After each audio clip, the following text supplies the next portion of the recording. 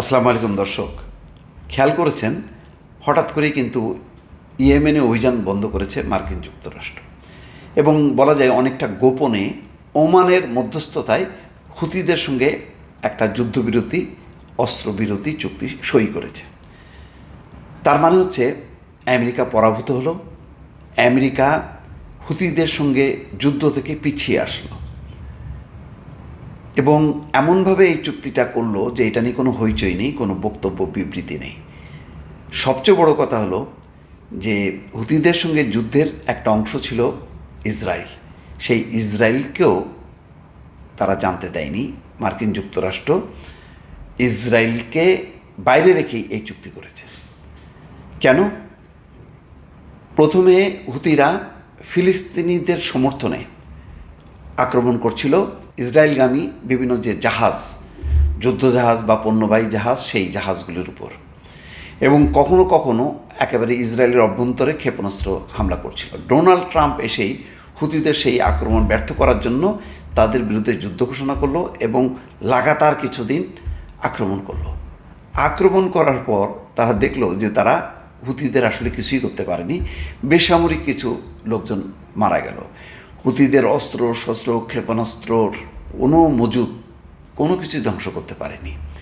হুতিদেরকে যেই সামরিক সহায়তা দিচ্ছে নিয়মিতভাবে ইরান, তার বলে এমন একটা তারা নেটওয়ার্ক বা কৌশল অবলম্বন করেছে যে বিশাল ইয়েমেনের কোন প্রান্তে হুতিদের সেই সব লুকোনো অস্ত্র শস্ত্র সরঞ্জাম সেগুলো খুঁজে বের করতে পারেনি।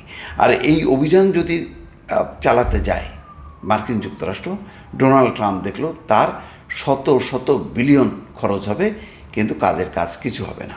পরিস্থিতি বুঝতে পেরে ডোনাল্ড ট্রাম্প ঝানুমাল, সে দ্রুত সেই জায়গা থেকে পিছিয়ে আসছে। দেখছে যে এটা করতে গেলে আমেরিকার ইকোনমি ধ্বংস হবে, ইসরায়েলের জন্য তার এত কিছু করার দরকার নেই। সে আস্তে করে সরে আসছে এবং এটা নিয়ে কিন্তু তারা খুব বেশি প্রচার প্রপাগান্ডায় যায়নি, কেননা এখানে তাদের কোনো সাফল্য হয়নি। মার্কিন যুক্তরাষ্ট্রর সাফল্য হয়নি। বলা যায় ডোনাল্ড ট্রাম্প ক্ষমতায় এসে বড় ধরনের একটা হোঁচট খাইল এই ঘটনার মধ্য দিয়ে। 2025 সালের বসন্তে লোহিত সাগর যুক্তরাষ্ট্র এবং ইয়েমেনের মধ্যে এক উত্তেজনাকর যুদ্ধক্ষেত্রে পরিণত হয়। তথাকথিত প্রতিরোধের অক্ষশক্তির অংশ হিসেবে হুতিরা আন্তর্জাতিক জাহাজে তাদের হামলার তীব্রতা বাড়িয়েছিল এবং এত কিছুর মধ্যেও কিন্তু তারা আমেরিকার যুদ্ধজাহাজ, বিভিন্ন পণ্যবাহী জাহাজ, ইসরায়েলিদের জাহাজের উপর কিন্তু ধারাবাহিকভাবে লোহিত সাগরে তারা হামলা চালাচ্ছিল এবং সেগুলি ব্যাপকভাবে ক্ষতিগ্রস্ত হচ্ছিল। পরিস্থিতি মোকাবেলায় হুতিদের বিরুদ্ধে president Trump operation Rough Rider নামে একটা বড় সামরিক অভিযান শুরু করেন। এর খরচ হয় $1 বিলিয়ন। উদ্দেশ্য ছিল হুতিদের সক্ষমতা ধ্বংস করে দেয়া। যা হোক, অভিযান শুরু 2 মাসের মাথায় 6 মে ট্রাম্প অপ্রত্যাশিতভাবে ইসরায়েলকে এড়িয়ে হুতিদের সঙ্গে যুদ্ধ বিরতির চুক্তি ঘোষণা করেন।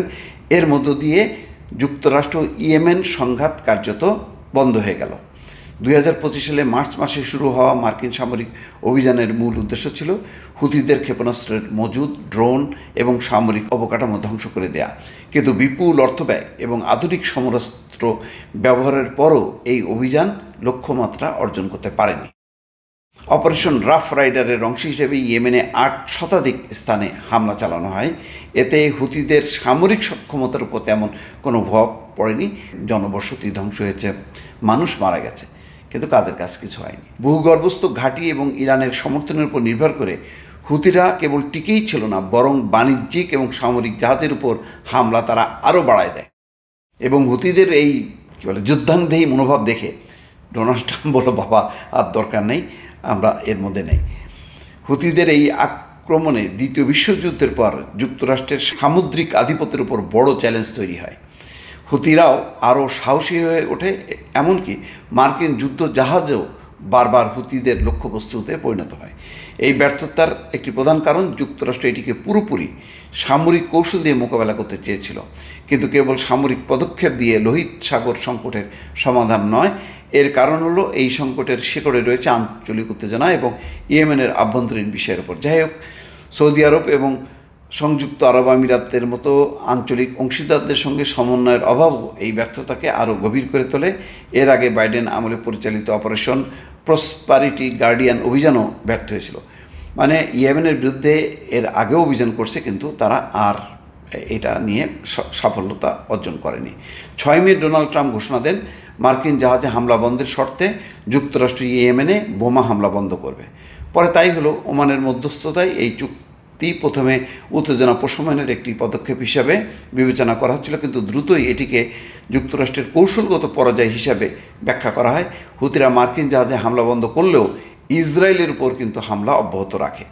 এটি চুক্তির সীমাবদ্ধতাকে স্পষ্ট করে, প্রধান মিত্র ইসরায়েলের সঙ্গে যুক্তরাষ্ট্রের সমন্বয়ের ঘাটতিকেও খোলাসা করে। শেষ পর্যন্ত দেখেন, এই অবস্থার মধ্যে সবসময় মনে করা হয় আমেরিকা না জানি কি, এই তাদের যেই এত দাম্ভিকতা, সেটা কিন্তু হুতিরা কিন্তু পরাস্ত করলো। দর্শক ভালো থাকবেন, আল্লাহ হাফেজ।